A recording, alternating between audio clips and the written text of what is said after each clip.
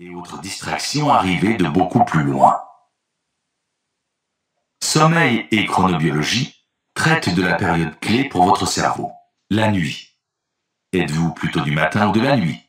Vos pics de concentration ne seront pas les mêmes et votre façon d'optimiser votre travail non plus.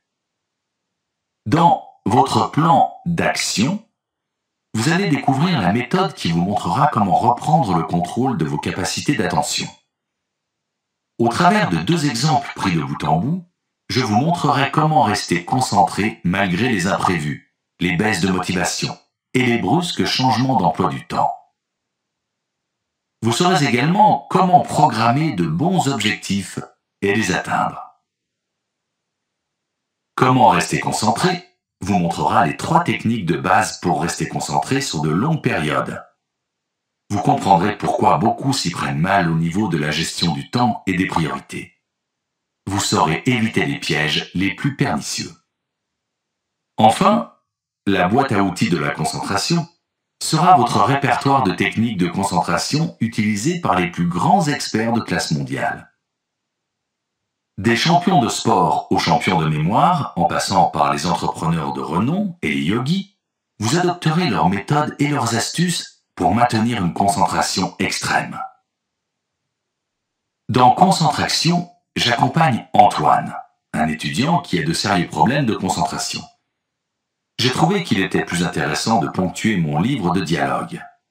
Le personnage d'Antoine a beau être fictif, les problèmes qu'il va soulever tout au long du livre sont le reflet fidèle des situations des gens que j'accompagne dans mon métier. Ne vous laissez pas distraire par son activité d'étudiant. Vous vous retrouverez souvent en lui, ses interrogations et ses doutes, même si vous n'êtes plus à l'université depuis un moment. Ne soyez pas effrayé par la quantité d'informations que vous allez trouver au cours de votre lecture. N'hésitez pas à passer les encadrés s'ils vous perturbent. Cela ne nuira pas à votre compréhension. Chaque chapitre est également accompagné de bonus et de fiches récapitulatives qui vous indiqueront les notions clés abordées. Respirez un grand coup. Buvez un verre d'eau. Cela aide votre cerveau à se concentrer. Et tournez la page.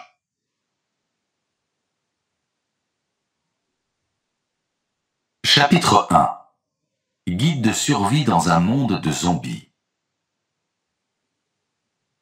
Où va votre concentration, va votre énergie. Anthony Robbins. Cet après-midi, j'ai rendez-vous avec Antoine, un étudiant que j'accompagne depuis peu. Nous nous retrouvons en ville dans un square. Malgré le beau temps et l'ambiance générale décontractée de ce début d'été, Antoine semble inquiet. Je le questionne. Et il me confie rapidement l'objet de ses préoccupations. Je ne vais pas y arriver, Jean-Yves. J'ai mon concours dans 6 mois, j'ai des dizaines de livres à apprendre et cela fait 2 semaines que je ne parviens pas à me concentrer dessus plus de 5 minutes d'affilée. Quel est le problème, selon toi? Je ne sais pas. Je ne m'intéresse à rien, je suis distrait et je n'arrive pas à me motiver. Je ne suis qu'un gros paresseux. Antoine reçoit un message sur son portable, prend une trentaine de secondes pour y répondre, puis continue de se confier. Je devrais peut-être m'orienter vers une autre formation. Ce serait plus simple et sans doute plus intéressant. Là, non seulement c'est très compliqué, mais en plus, je ne vois pas comment je peux m'en sortir sur le long terme. Je pense que j'ai fait une erreur d'orientation dès le début. Les craintes d'Antoine, je les connais bien, car elles reviennent de plus en plus fréquemment auprès des gens que j'accompagne. Au début des années 2010, c'était surtout au niveau des étudiants que cette peur se manifestait. Mais aujourd'hui, toutes les catégories socio-professionnelles sont touchées. Des chefs d'entreprise, quelle que soit leur taille, aux salariés, banquiers, étudiants, techniciens, ingénieurs, managers, en passant par les acteurs de cinéma, les hommes politiques, les entrepreneurs, les professions libérales et enfin les retraités. Le problème, Antoine, c'est que tu as été mordu par un zombie. Un quoi? Tu sais, les morts-vivants qui mangent les cerveaux des gens. Oui, je sais ce que c'est, mais quel est le rapport? Regarde autour de toi. Ce qui vous grignote le cerveau. Antoine observa les alentours, mais il ne vit rien de particulier. Des personnes qui se dépêchent, sans doute pour ne pas rater leur bus, de jeunes mères qui profitent du soleil en se promenant avec leur bébé en poussette, des gens qui patientent à l'arrêt de tramway, et un jeune homme assis sur un banc qui semble attendre son rendez-vous patiemment. Je vois des gens. Tu vois des gens qui sont morts et qui ne savent pas qu'ils le sont. Comment ça?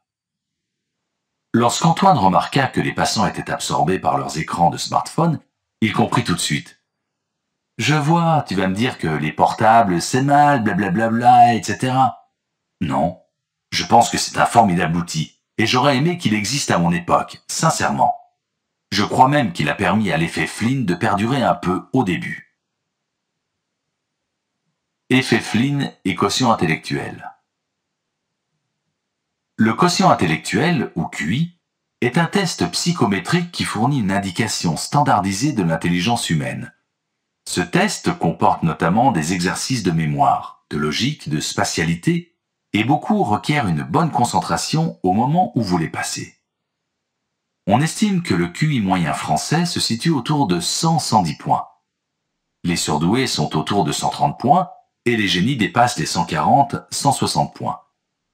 À 90 et en deçà, vous avez un QI jugé plus faible ou limité que la norme. James R. Flynn est un chercheur américain qui a observé un phénomène intéressant.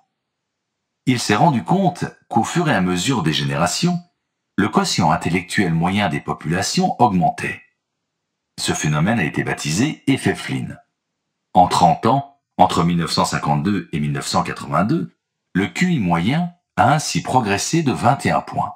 Cette différence est énorme. 21 points d'écart font par exemple la différence entre un individu limité, 90, et un autre légèrement supérieur à la moyenne, 111. Près de 7 personnes sur 10 ont entre 85 et 115 de QI. 5% des gens seulement ont un QI supérieur à 130. Pourquoi l'effet Flynn existe-t-il? Génération après génération, les populations sont devenues plus éduquées et ont eu accès à de meilleurs enseignements, de meilleures façons d'apprendre, une connaissance plus poussée du monde et de son fonctionnement. Vos grands-parents ont par exemple eu une meilleure éducation et un accès à plus de ressources et de connaissances que vos arrière-grands-parents, qui eux-mêmes en ont eu plus que leurs propres parents. Cet effet Flynn a perduré jusqu'au début des années 90. Il a ensuite ralenti, puis stagné. À partir de 1995, la courbe a même commencé à s'inverser selon certaines études parues dans Le Monde. Pourtant, c'est à cette même période qu'Internet a commencé à se démocratiser dans les foyers américains. La révolution numérique en était à ses prémices, et pourtant, malgré une population ayant accès à toutes les informations du monde, le QI moyen s'est mis à baisser inexorablement. Dans les pays industrialisés comme la France, la baisse est estimée à environ 0,48 points par an. En d'autres termes, le gain spectaculaire de quotient intellectuel observé dans les années 1952-1982 aura été complètement réduit à néant dans moins de 50 ans. Si cette baisse venait à s'accélérer, le film humoristique Idiocracy finirait par se rapprocher plus de la réalité que de la fiction.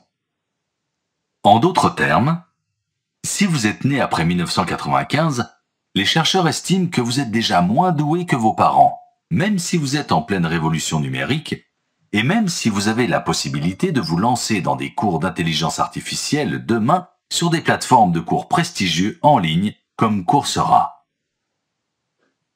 Retrouvez la courbe de Flynn dans le PDF disponible dans votre bibliothèque. Alors, si tu dis que mon portable n'est pas la cause, je ne comprends pas. L'outil n'est pas le problème. Il n'est qu'un symptôme d'une maladie plus grave. Une maladie qui mange le cerveau des gens, qui les rend malheureux et qui leur ôte la vie. Ce dont je voulais parler allait bien plus loin que les pertes d'attention ponctuelles occasionnées par un appareil numérique. Cette maladie, comme je la définis, affecte le cerveau humain à 2 niveaux. 1. Le niveau chimique. La révolution numérique et les nouveaux comportements de l'utilisation de ces nouveaux outils, Internet, smartphone, information en continu, provoquent un déséquilibre au niveau des flux hormonaux. Par exemple, le simple fait d'envoyer un SMS ou d'obtenir un like sur une publication fait sécréter à votre cerveau une toute petite charge de dopamine, Bonjour à tous! Je vous donne tout de suite l'astuce pour avoir ce livre immédiatement et surtout gratuitement. Vous verrez, c'est très simple. Il vous suffit de cliquer sur le lien dans la description de la vidéo, comme ici. Une fois que c'est fait, vous allez être redirigé directement sur la page de votre livre. Il ne vous reste plus qu'à cliquer sur le bouton Essayer Audible gratuitement en s'assurant que l'option Gratuit avec l'offre d'essai Audible est bien cochée et on voit donc que le livre est gratuit. Lorsque vous avez cliqué sur le bouton, il ne vous reste plus qu'à vous identifier si vous avez déjà un compte Amazon. Et si vous n'en avez pas encore un, je vous invite à en créer un ici et je vais vous expliquer comment faire. Pour ceux qui ont déjà un compte Amazon, une fois que vous êtes identifié, vous aurez directement accès au livre et vous aurez donc 30 jours offerts dans l'abonnement Audible, en sachant que l'avantage est que vous pouvez résilier votre abonnement à n'importe quel moment et même si vous résiliez l'abonnement juste après avoir obtenu votre livre, eh bien, vous gardez accès au livre malgré tout. Il est à vous. Alors franchement, quand c'est gratuit, faut pas se priver. Foncez! Pour les autres, je vous montre tout de suite comment créer votre compte Amazon. Cliquez sur le bouton Créer votre compte Amazon. Vous rentrez ici votre nom, prénom, votre numéro de téléphone. Vous allez ensuite choisir un mot de passe. Une fois que tous les éléments sont renseignés, vous cliquez sur Créer votre compte Amazon. Ensuite, vous êtes redirigé sur une page où on vous demande votre mode de paiement. Mais bien évidemment, vous ne serez pas débité de quoi que ce soit. Dans l'idée, Amazon vous offre 30 jours, et si vous gardez votre abonnement, ensuite vous êtes prélevé de 9,95 € par mois. Mais nous, l'idée, c'est uniquement d'avoir le livre gratuit. Donc on s'inscrit, on renseigne le mode de paiement, et ensuite vous faites la résiliation dès que vous avez téléchargé votre livre. Et vous aurez bien évidemment toujours accès à votre livre en n'ayant aucun prélèvement. Voilà, une fois que vous avez renseigné toutes les informations pour votre mode de paiement, vous arrivez sur cette page avec la couverture de votre livre. Ici le montant total qui est bien donc gratuit. Vous avez le bouton pour confirmer et avec inscrit en dessous après 30 jours, vous avez 9,95 € par mois. Mais nous, on va résilier avant. Donc ici on confirme notre livre gratuit. La confirmation est en train de se faire et par conséquent, le livre est donc maintenant à vous. Votre compte est maintenant créé et vous avez votre livre offert. Pour l'écouter, c'est très simple. Il vous suffit de vous rendre sur la page de Audible. Pour cela, vous allez dans votre navigateur et vous tapez Audible.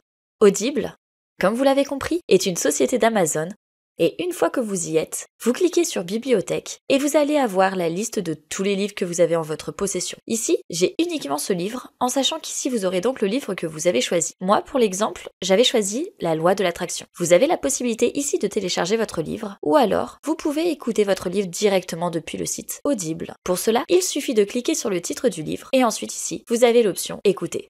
Maintenant que vous avez votre livre offert, deux choix s'offrent à vous. Le premier, vous conservez votre abonnement et vous êtes prélevé de 9,95 € et vous aurez un livre audio offert par mois. Ou alors, le second, vous décidez de faire la résiliation de votre abonnement dès maintenant et bien sûr, vous conservez votre livre offert. Si vous choisissez la première option, dans ce cas, vous n'avez rien à faire, l'abonnement se met en place automatiquement. Si vous choisissez la seconde option, il va falloir résilier votre abonnement et je vous montre tout de suite comment faire. C'est très simple. Vous allez passer votre souris juste dessus le bonjour et votre prénom. Ensuite, vous allez cliquer sur Mon compte. Une fois que c'est fait, il va vous emmener sur cette page avec un descriptif de votre abonnement actuel. Et il vous suffit de cliquer sur Résilier mon abonnement. Ensuite, vous cliquez sur Continuer la résiliation. Une fois que c'est fait, il va vous demander pourquoi vous souhaitez résilier. Peu importe. On ne doit pas forcément donner de raison. Vous pouvez mettre autre raison. Et par exemple, pas de raison. Après, vous faites comme vous voulez. Vous cliquez ensuite sur « Résilier mon abonnement ». Voilà, il nous propose d'autres offres, mais on persévère, on décide de résilier l'abonnement.